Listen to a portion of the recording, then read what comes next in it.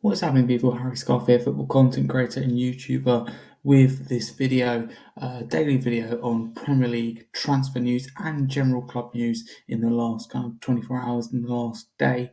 If you're new to the channel, please do like and subscribe. Let's crack straight into it.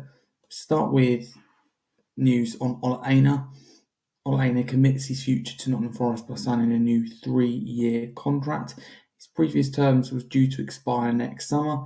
Fresh deal for the 28-year-old right back until 2028. A reminder, he joined on a free in 2023. I think he's been a really good player for Forest. There's been a lot of hype about him. And generally, I think he's probably overhyped, but I think he's very good going forward. A little bit maybe vulnerability defensively, but he's been a very key asset for Nottingham Forest. There's no two ways about it, considering he joined on a free in 2023. It's really important. If any club come knocking now, they'll need be quite a bit of money, especially the new contract. So Forest makes sense, very good investment at the time. He's been very decent for him. I don't think he's a top level fullback, but I think he's done a very, very good job for Forest under Nuno Espirito Santo. Next piece of news from David Ornstein, and he reports that Crystal Palace are closing in on signing of Borna Sosa from Ajax. 27-year-old Croatian left-back has been granted permission by Ajax to fly to England on Monday and undergo medical and finalise terms ahead of a proposed move to Crystal Palace for $2 million fee. The Athletic. I don't know too much about him, but it's a small fee. I just feel like maybe quite a sensible move for Crystal Palace. One that makes sense. A lot of people do like him, and I think he'd be a good addition to the Premier League. It's a big deal for a small replacement. It could be really big for Crystal Palace. Next bit of news from David Ornstein, and that is Arsenal in advanced talks with Sporting Lisbon over a deal to sign Victor Gyökeres. For fee, discussions continue, but personal terms in place on a 5-year contract.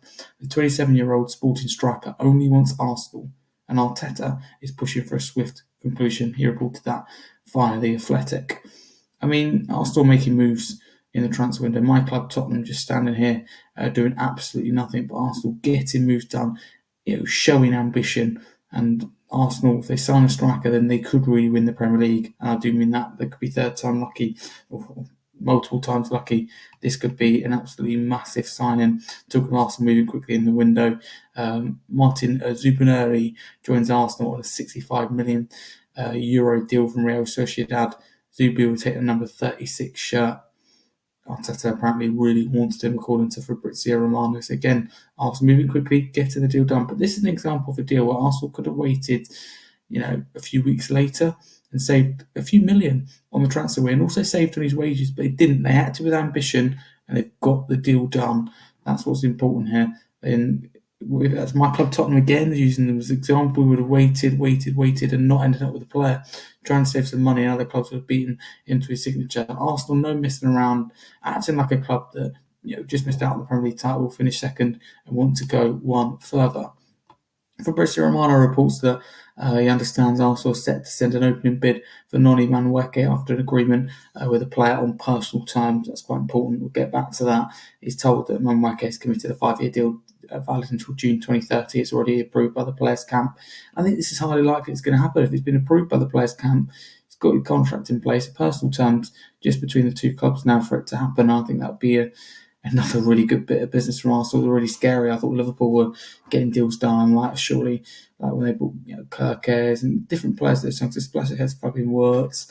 I was at Liverpool, no doubt. But Arsenal's transfer activity has made it interesting. And we know, we've seen it several times, that you can spend the money but get the recruitment wrong, or it doesn't gel very quickly. So that is important to note. But I think that Liverpool and Arsenal will be the top two, I think it's fair to say, in the Premier League next season, unless Manchester City come back really, really strong.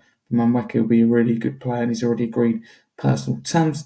Moving on to my club, Tottenham. Fabrizio Romano reports that Tottenham are set to bid again for Mohamed Kudus next week, as the player is very keen on joining Tottenham as his preferred move. Chelsea have also been in touch with Kudus and his camp, with more clubs now also interested. Spurs want to accelerate the deal before other clubs step up their interest. Thomas Frank has already approved Kudus as a key target. I see this happening. I think it'll be a Tottenham tax. I do think there will be from West Ham, and I think West Ham would rather talk to and negotiate with Chelsea. They'd rather negotiate with Chelsea full stop. So I think that rivalry between Tottenham and Chelsea, and also Tottenham West Ham mainly, is going to be a big factor in this. They're probably like Chelsea, they do a deal at £60 million, but Tottenham maybe 65, for example. And I could be completely wrong. But that's just how I feel. But when you've got a player in this case that's keen to join a club, and that club is keen to sign him, and personal terms have been agreed, then I think it's highly likely it's going to happen. There we go. Moving on to Chelsea, Fabrizio Romano reports that Chelsea are not accepting loan proposals for Leslie Uguachari. Its priority is now for the permanent sale. Valencia and more clubs are interested, but Chelsea has said no to a loan move. There are Premier League clubs also keen.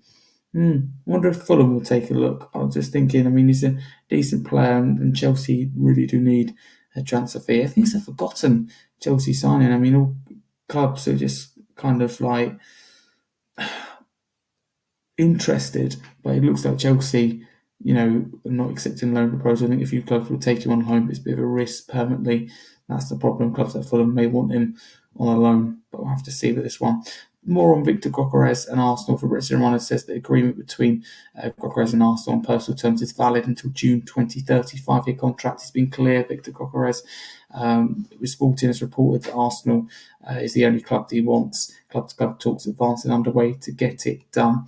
Looks like he's going to get it done. Another big bit of business from Arsenal. They are really moving.